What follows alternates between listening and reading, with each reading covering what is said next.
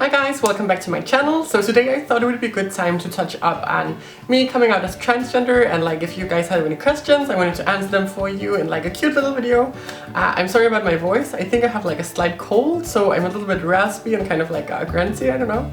So I asked you guys on Snapchat and Instagram and Facebook to ask me questions, and I'm going to answer them, so let's jump right into it.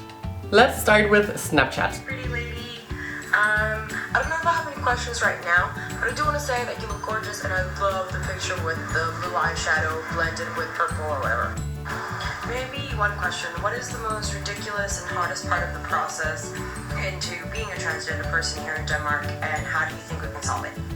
Thank you for the question. I think the hardest part is just having to wait and be really patient, because we've been so far behind in Denmark, so having to wait for so long is really a struggle, because when you realize that you want to do this, like when you realize you are transgender, you really want to start on the hormones as soon as possible, and you really want to get help with like all the surgeries and stuff like that.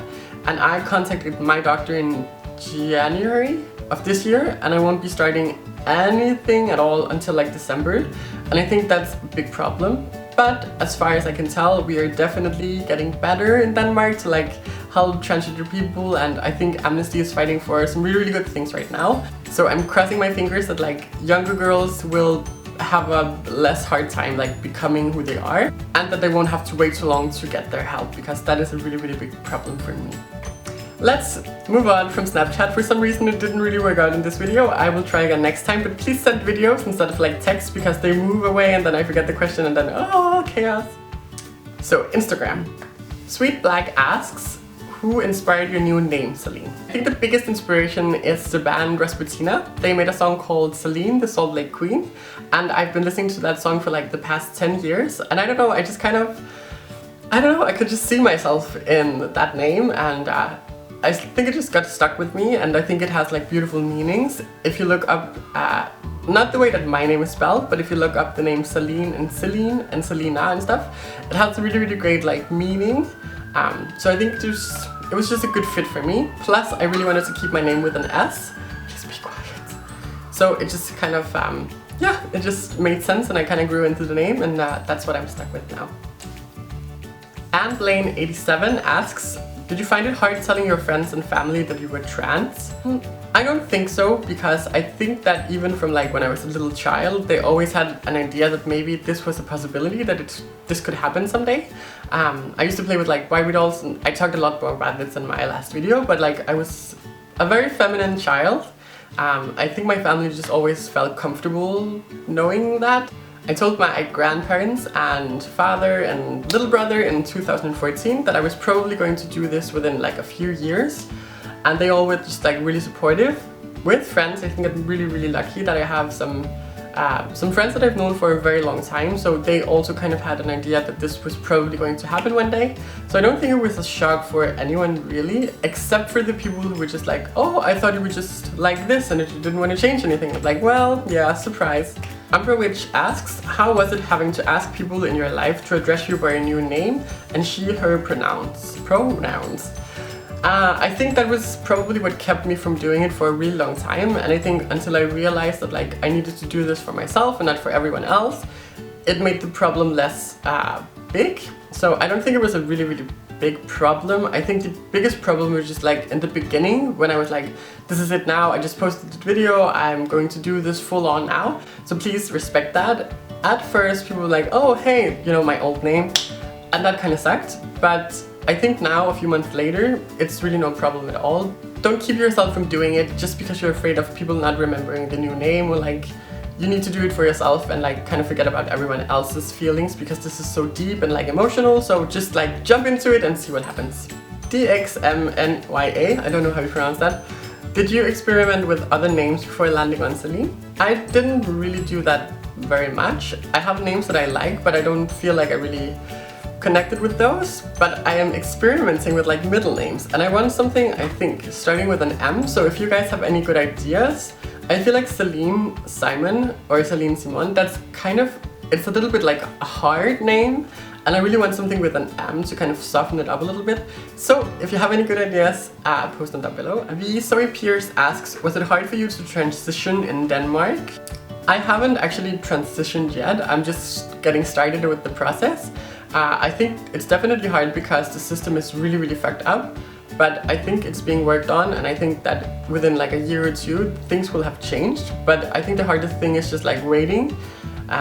It's really a long, like heavy story. The way that this is done in Denmark has been awful for like the past 2 years. If you guys wanna know about this or hear about this, I can post a video like separately about that because it's quite a big subject. But I think the hardest part has just been like waiting and being looked upon as something bad, like someone who is unwell, because I'm not. I'm perfectly fine. I just need to do this to kind of feel connected with my soul, basically. Nerdy and Curvy on Instagram asks, how did you decide you are trans, and what point did you decide to go through full transitioning? I don't think you decide to be like this. I don't think it's something you wake up and be like, oh, I don't feel very good in my life, maybe I should try something new. I think it's something you kind of grow into.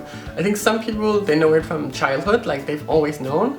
And for me, I think like in the back of my mind, I always knew as well. But it wasn't until I moved to Copenhagen and I got a job and I was like in control of my own life that I really felt I had the space to do it and like the room to do it. I don't know, it was just I've had a lot of troubles in my life, mostly because of other people, and for that reason I feel like I needed to be an adult before jumping into this. But I'd say I knew that I was going to do this in like the end of 2014. Let's go to Facebook.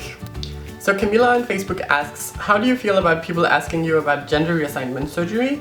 Do you mind what other trans people have deemed invasive questions about your body and the choices you make with it, or are you cool with them?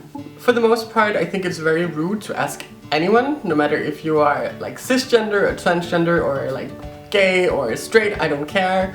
I think it's rude to talk about strangers' genitals. Like, I would be offended no matter what I was. And I would also never ask anyone about their genitals because it's so irrelevant. I don't understand why anyone would ask that question. I think, however, when it comes to like dating and if you feel the need to discuss it with like your close friends and family and stuff, it's perfectly fine, but I don't think it's a subject that strangers should kind of get into because it's just, I find it a little bit rude. But in general, I feel like if you are, I see it with my colleagues at work, if you are gay, you wear makeup, if you're a lesbian, you don't like stick to the norm and stuff like that. It's like the mainstream crowd of people, they just have this feeling that it's okay to ask you anything because like you choose to be like this so they can just ask you, and I think that's awful. I hope that's gonna change because I think it's rude. Camilla also asked on Facebook, what do you hope / you wish your friends and family would say about you and your transition when they encounter prejudice when you're not around?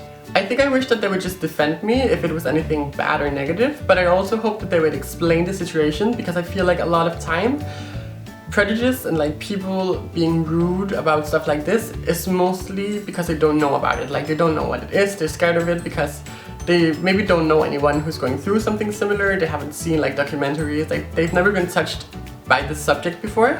So I get that some people would be a little bit like skeptical about it, but I hope that just my family and my friends would be intelligent enough to kind of just explain the situation if the person asking was respectful.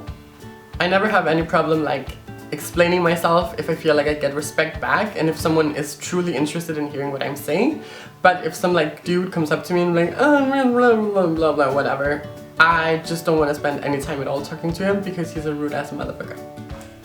Okay, filming on new locations because the sun came out and burned my face and then my camera died, so filming in the kitchen. Sane on Facebook asks, being transgender, have you lost people you were close with and are those relationships now different? No, I don't think I have. I think that I've maintained a lot of the relationships because again, a lot of my friendships are older friendships, so I think that all of my friends know me really well and there would be no reason for them to like not talk to me. Plus I've been super open about like basically everything in my life for so long now that if someone were to not accept me for coming out as transgender, they would be friends with me in the first place for completely wrong reasons. Tony on Facebook asks, do you feel like you have to explain yourself whenever you meet new people? No, I don't feel like I need to explain myself, but I think I kind of live in a pretty good place and I don't really go around, like I'm not around people that I would need to explain it to. It's only like if I go out and party, or if there's a customer who's being a little bit rude or something like that, then maybe sometimes I explain myself, but I don't feel like I need to do that all the time, no. Sid asks, is the Danish healthcare system treating you well? I don't think it treats anyone well when it comes to being transgender and stuff, but again, that's a really long video for itself, so if you guys want to see something like that, please let me know in the comments, because I definitely will film something. Fiona on Facebook asks, was it hard to transition while being employed? No, but again, when I was hired, I was still looking like this. Like, the only thing that's gonna change on me is like my body shape and my face shape and my, well, genitals, and like I'm gonna grow boobs and stuff like that, but I'm not gonna change as a person, so I'm still perfectly capable of doing my job. Maybe even better, because I feel less uncomfortable in my body. So I would say that it's only a plus, and I think that my colleagues and my bosses and stuff have been really supportive, and yeah, I'm just very thankful for that. Emilio asks, do you think of getting hormonal therapy and probably gender reassignment surgery? Yes, to both. I definitely can't wait to start my hormone treatment. I think it's gonna be amazing. I'm so excited to see how my face is gonna change and how my body's gonna change, and like my mind and everything. I'm also really excited about getting my Adam's apple removed, because that shit annoys me every day. Oh my god. David asks, sometimes it can be hard being trans. What are some things you do that make you feel proud of your trans self and happy and strong?